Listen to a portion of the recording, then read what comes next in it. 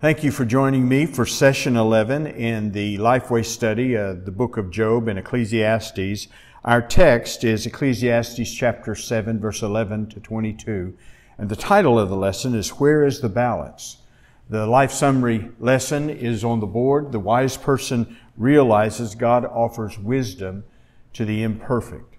The way I started the lesson was just to ask the class if they had been watching the Olympics and what were some of their favorite parts of the Olympics. And of course, some of them, it'll be the gymnastics. And I asked them what they knew about the balance beam. And then they shared some things. And then I had done some research on it, and I shared some information that I discovered about the balance beam. You could find those things as well. It's really quite fascinating, this particular gymnastic event that women participate in. And then from that, after a discussion about the balance beam, I said to them, we're going to examine what Solomon learned about avoiding extremes and finding balance in life. And then I recite the lesson summary statement. The wise person realizes God offers wisdom to the imperfect. And God's perfection is the best guide for living in this imperfect world. Now, just an overview of the text that we're going to look at, just kind of lay the scene before us. In verses 11 through 14 of chapter 7, Solomon is reflecting on prosperity and adversity in a person's life. And the truly wise person finds his security in the sovereignty of God. He trusts God. In chapter 7, verse 15 through 18, he addresses the false idea that excessive religious activity makes a person righteous. He wants us to take our religious duties seriously, but fearing God is the way in which we find balance when it comes to religious duty or being drawn into sin. And then in the third point, sin acknowledged, chapter 7, verse 19 to 22, Solomon just reminds us everyone sins, and this generates a clarity and a wisdom. It helps us to appreciate one another and to deal with them in merciful ways. So the first point is accept it. Ecclesiastes chapter 7, verse 11 through 14. And I'm just going to read the text to the class, and then after reading that, just ask them, what is the difference? How are wisdom and wealth alike? And you'll notice that he makes a comparison. Wisdom is as good as an inheritance and an advantage to those who see the sun, because wisdom is protection as silver is protection. And so we just discussed that. How is wisdom and wealth alike? And then I asked them, how is wisdom better?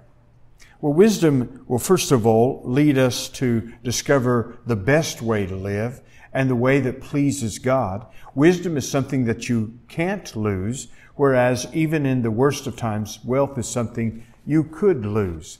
Wisdom will provide you protection, but wealth doesn't always provide you protection. It may give you the best medical care, but that's no guarantee that it'll ensure your health. And so we talk about that for a while, the contrast and the comparisons between wisdom and wealth. And then I turned to verse 13 and said, it says again, consider the work of God, for who can straighten out what He has made crooked?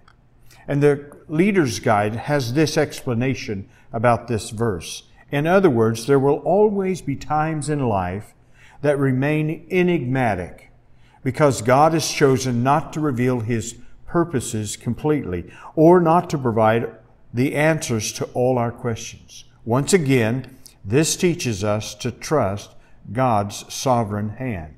And so this is the wise response to these kinds of issues that happen in our life, is to trust God when we cannot see and cannot understand why these things are happening.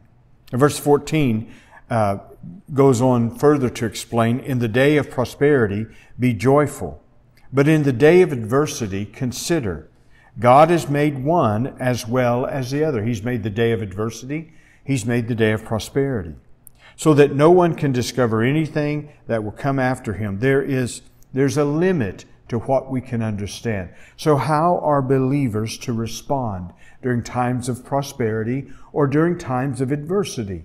Solomon says, accept these times and trust that sovereign God has a purpose and a plan that He's accomplishing. You may not see it, but you know the character of this God, you know the actions of this God, and you can trust this God during those days.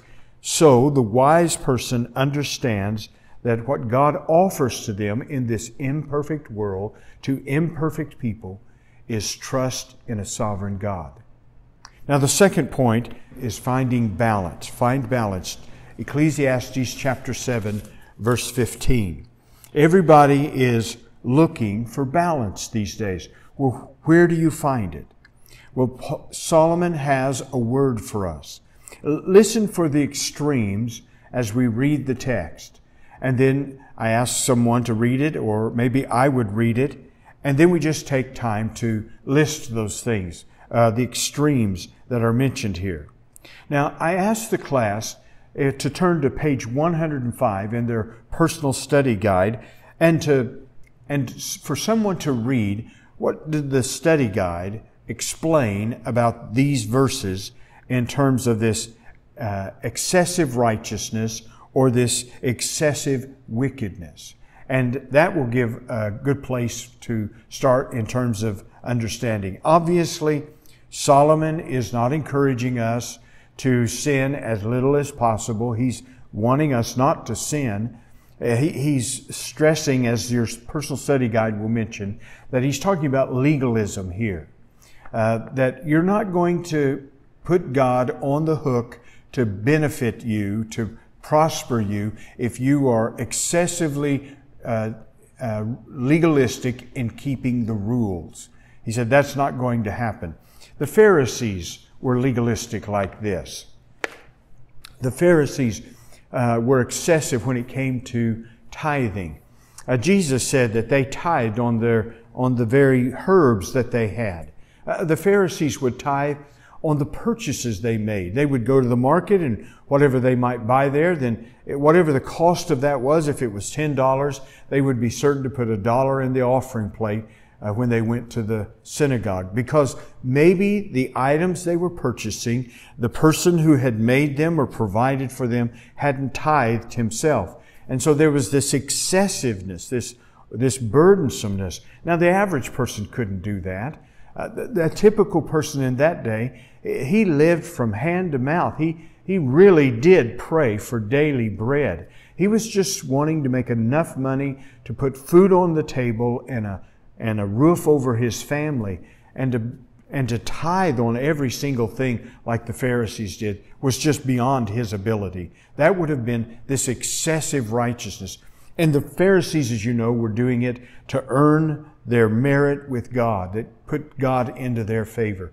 And Solomon is saying, no, that's not where it's found. That's not beneficial. And then there is this issue of extreme sin. And he's not saying, just go ahead and sin any old way you want to. He wants you to sin as less as possible. And your student's personal study guide gives a good explanation of that. So the question is, if you're not to be legalistic, and if you're not to be giving yourself freely to sin, well, where do you find the balance? Where do you find the balance between a relationship with God that is loving and growing and pleases God, and where do you find the right instruction and motivation to live a moral life and yet enjoy the things of this world? He's going to give us the answer in verse 18. Here's where you find balance. It is good that you grasp the one and do not let the other slip from your hand. So there's two things that he's saying we need to keep in balance. It's our relationship with God, and it's enjoying the things of this world. It's good to grasp the one and not let the other slip from your hand. For the one who fears God will end up with both of them. Now, this is a wonderful time to talk about the fear of God. It seems to me we're losing the fear of God. And the fear of God has been a discussion in much of these Sunday school lessons over this past year. And so it's always a good time to talk about it. So what do we mean when we talk about the fear of God? Well, the word fear simply means that. It means fear. It means terror. There is something about the being that we're dealing with that ought to strike a note of fear, of terror in our hearts. I mean, He speaks and the universe comes into existence. I mean, last week I shared a picture with our Sunday school class, and it was a picture of Earth from space. And then on the flip side, there was a picture of our church. And I was saying to them that this is God's view. But our view is just this view. This is all we see is the picture of our church. What kind of a being are we dealing with? This is where our life is moving. He's the one we're going to stand in front of. And in fact, that picture of the earth is even significantly smaller than what He actually sees. What kind of a being is this? And you will stand before Him, and I will stand before Him, and we will not miss that appointment. This is the fear of God. The basic idea is you take God serious. There is an awareness of His holiness, and that brings a sense of humility to us. And because of that, we are not satisfied with a set of religious rules in order to know Him. This is a being that we can have a personal relationship with. And the fear of God teaches that. And so a set of rules to obey? No, we don't want anything to do with that. Some kind of ascetic lifestyle? That's not at all interesting. We want to know God. And the fear of God puts that in our heart. And yet also the fear of God has this influence upon our attitude and upon our behavior because we know the character of God. He is a good God, and He gives us good things. And He is a loving God and a caring God. And He is a God that is holy. And all those things have on it. And what He's driving at here is this is what gives us the balance of life. The fear of God. It helps us to recognize the priority of seeking God in a personal relationship. And it also helps us understand He gave us this life, and it was to be enjoyed. So enjoy your family, enjoy your health, enjoy good food, enjoy your church. These are the things that the fear of religion teaches us. True religion leads us to devotion to God and enjoyment of God's blessings. Now, every stage of life has adjustments. In my family, I have a daughter who has just become an empty nester. Now that's an adjustment. I have a daughter who's sending her oldest off to college for the first time. Now that's an adjustment. And I have daughters who still are raising children and they're getting teenagers. That is an adjustment. And my wife and I are facing Medicare and those kinds of things. So what I'm saying is every stage of life has an adjustment. The youth have their adjustments. And if I was teaching the class, I would try to contemplate what is the particular issues that my age group is learning to balance. What are the adjustments that they have to face? And how would this be practical? For example, let's take as an example someone who is becoming an empty nester. What are the adjustments they're going to face on that? What are the advantages? What are the disadvantages? How would the fear of God address those issues? One of the things I've observed as a pastor over these many years is something happens when people become empty nesters. There is a hole in the church in terms of attendance by people who are in their 50s. I've done enough Sunday school profiles where I charted out age groups to learn that in every church I've pastored and served in, there's this gap in which people of that age are no longer as faithful and consistent as they were. And the issue is their children have left. And they've gotten them out of college, and they have some money, and they have some free time. And so oftentimes, and I don't beggar them over this, they will take that extra time and that extra money, and they will travel. And God bless them for that. But sometimes to me, it seems as though it's excessive. And so I would just think that the fear of God would help a couple learn to balance their devotion to God and their commitments to their church and their enjoyment of free time and some extra money to do the things they enjoy. You see what I'm saying? In each of age group that we're going to be teaching, there's some kind of adjustments. And the fear of God addresses that. How do I maintain my relationship? And how do I continue to enjoy the blessings of God? How do I do that to please God? So find balance. That's the point. The third thing is acknowledge sin. The wise person realizes God offers wisdom to the imperfect. Now, awareness of past sins should engender patience with other people's failures. That's basically what he's saying here in verses 19 to verse 22. And I would have someone read that, and then there's all kinds of things to point out about this. One of the things that the teaching guide will point out is verses 21 to 22. It's a servant that's criticizing the master, and those are oftentimes rebuked. If it's a servant and looking towards the master, he very seldom rebukes his master. But Solomon's advice to the master is just ignore it. If you serve in a boss kind of position, just mark this down. You're going to be criticized. That's just the job description. If you're the boss, the employees criticize you. Everyone does it. You did it when you were the employee and you had a boss. It's just part of it. Learn to turn a deaf ear to those things, unless they're giving some good criticism.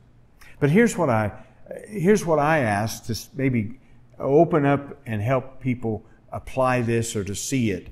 I ask them, what mistakes have you made when driving? And that could be fun. But what mistakes have you made when driving? Now, one of the things that I don't get upset about is the way people drive. And there's a real simple explanation for that. I have committed everything you could imagine when it comes to driving. In saying this, you probably don't want to ride with me, but I've ran through stop signs and red lights, and I have gotten out of my lane. I've been slow poking like a Sunday driver, and if you could do it wrong, I've done it wrong. And so it made me a little bit more accepting of bad drivers. Have you ever been offended by someone when you're checking out and they say something or they do something or they don't do something that makes you, that is respectful to you? Just this week I was checking out at a restaurant and I was teasing. I promise you I was teasing. I didn't mean it. And I said something I could tell that the young woman misunderstood me and was offended. And so I quickly made amends and told her that I was just teasing and that was a bad joke and went on from that. And so if someone's rude to me checking out, I need to be giving them a little bit of space because I have been rude in the ones checking out, not intending to be. But the point he's saying here is if a subordinate's criticizing you, it's easy to rebuke them, but you need to just let it go because all of us have sinned. Now, to close the lesson, I got a picture of a man walking a tightrope.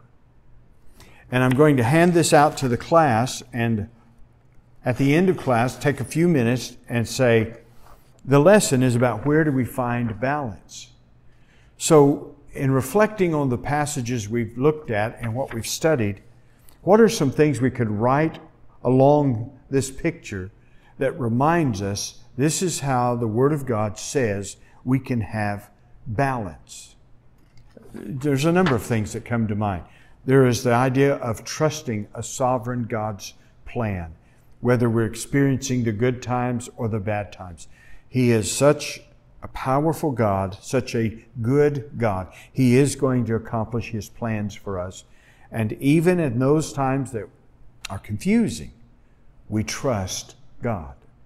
There's the fear of God and helping us to know how to develop a relationship with Him and how to enjoy the blessings of life. There is recognizing that all of us have sinned and giving people some room to make mistakes and to be gracious. I tell you, if families would practice this last point, if couples would practice this last point, if churches would practice this last point, wouldn't we have a kinder, more loving, forgiving world than we do? It's a wonderful lesson. There are many applications. I'm sure you're going to enjoy it as you study it and discuss it with your class. God bless you. Thank you for watching.